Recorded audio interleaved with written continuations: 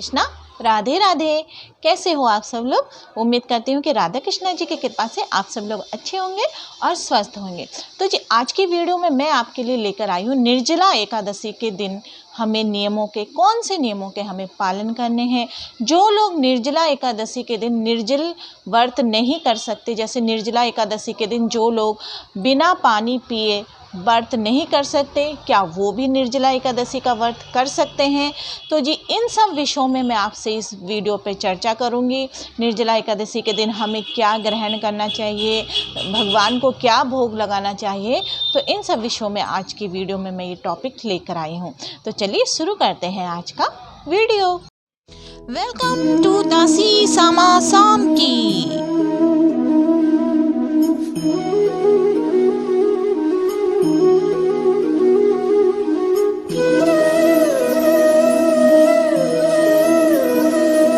तो जी निर्जला एकादशी 31 मई दिन बुधवार के दिन रखा जाएगा, जिसका एक अपना अलग ही महत्व होता है। बहुत बड़ी एकादशी है और बहुत ही महत्वपूर्ण और बहुत ही कठिन होती है ये एकादशी, क्योंकि भीषण गर्मी में आती है और ऊपर से निर्जला जैसे नाम से ही जाना जाता है। तो इस दिन हमें निर्जल रहकर ये व्रत करते हैं, जो पानी का एक बूंद भी हम अपने मुँह में नहीं जाने देते हैं। तो इसलिए इसे निर्जला एकादशी निर्जल रहकर हमें ये व्रत करना चाहिए। तो बात इस बात पर आती है कि हमें निर्जला एकादशी क्या हम पानी पीकर कर सकते हैं, क्या हम निर्जला एकादशी फलाहार खाकर कर सकते हैं।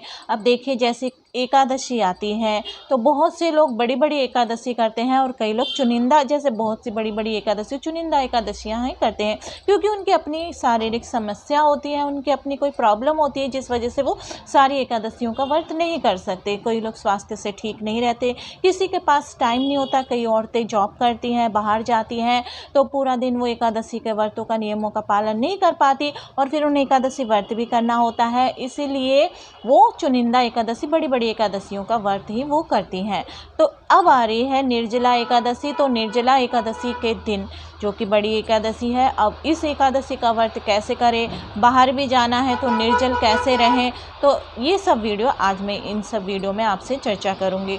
तो बात ये आती है कि निर्जला एकादशी के दिन क्या हम पानी पीकर व्रत कर सकते हैं, फलाहार खाकर कर सकते हैं? तो जी हाँ, आप अपनी शारीरिक क्षमता, अपने स्वास्थ्य को देखकर आप निर्जला एकादशी के दिन पानी पीकर भी आप व्रत कर सकते हैं और एक समय आप फलाहार रखकर भी कर सकते हैं, फलाहार खाकर भी कर सकते हैं। और जिन लोगों को जैसे नमक ना खाने के कारण प्रॉब्लम होती है, तो वो एक समय दिन छिपने से पहले आप फलाहार भोजन के साथ आप नमक वाला भोजन भी कर सकते हैं, परंतु सेंधा नमक ही आप खाइए।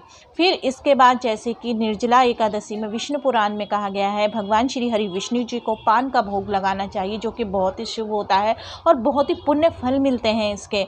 तो आपको निर्जला एकादशी के दिन भगवान विष्णु जी को पान का भोग लगाइए, परंतु याद रखें उस पान को आप ग्रहण मत करिए एकादशी के दिन।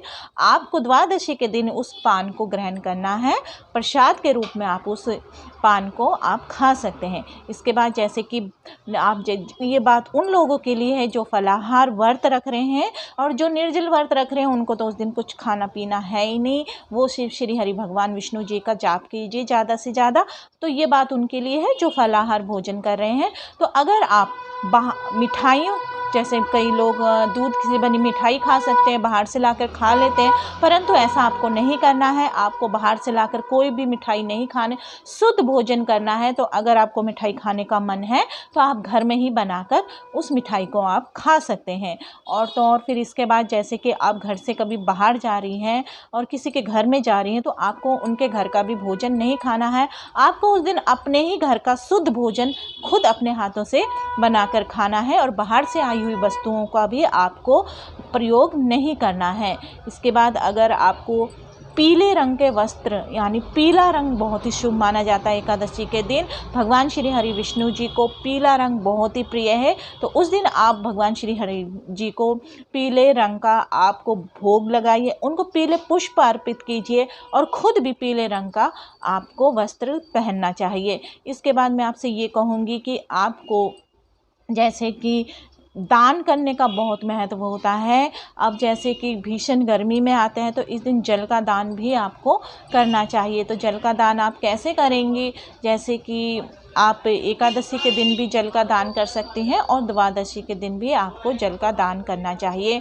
और जल का दान कैसे करेंगे, जैसे कि आप एक मटका ले लीजिए। आपको ये दान द्वादशी के दिन भी कर सकती हैं और एकादशी के दिन भी आप कर सकती है। वो मटका भरकर आप पूजा स्थल में भी रख सकती है। एक पानी का मटका भर के रखना है, उसके अंदर थोड़ी चीनी और तुलसी पत्र रखना है। फिर उसके ऊपर जो मटके का ढक्कन होता है उसको रखना है, फिर उसके ऊपर चीनी रखनी है। फिर आपको उसके ऊपर एक पीला वस्त्र जो आप दान करना चाहती है, नहीं तो कुर्ता पजामा आपने शारीरिक समानता अनुसार आप कर सकती है, उसमें दान रखिए। फिर आप उसके ऊपर ऋतु फल जैसे जो राहत पहुंचाते हैं गर्मी से, आप उसके ऊपर खरबूजा रखिए और बीजना आप रखिए। तो इन सब चीज़ों को मिलाकर आपको दान करना है।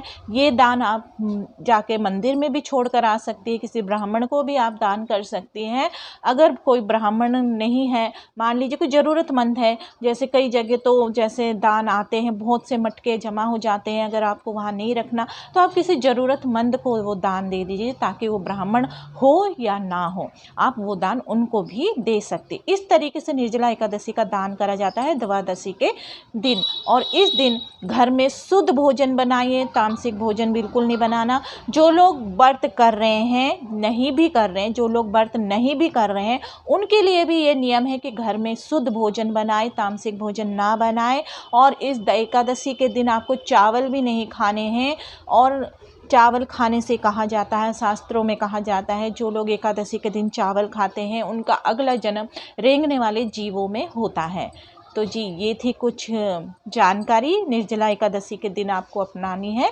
जो लोग व्रत कर रहे हैं, जो लोग व्रत नहीं कर रहे हैं, उन सभी के लिए ये व्रत है, ये उपाय है। उम्मीद करती हूँ कि आपको वीडियो हेल्पफुल लगी होगी, आपको वीडियो बहुत ही सहायता होगी आपको निर्जला एकादशी के दिन व्रत करने के लिए।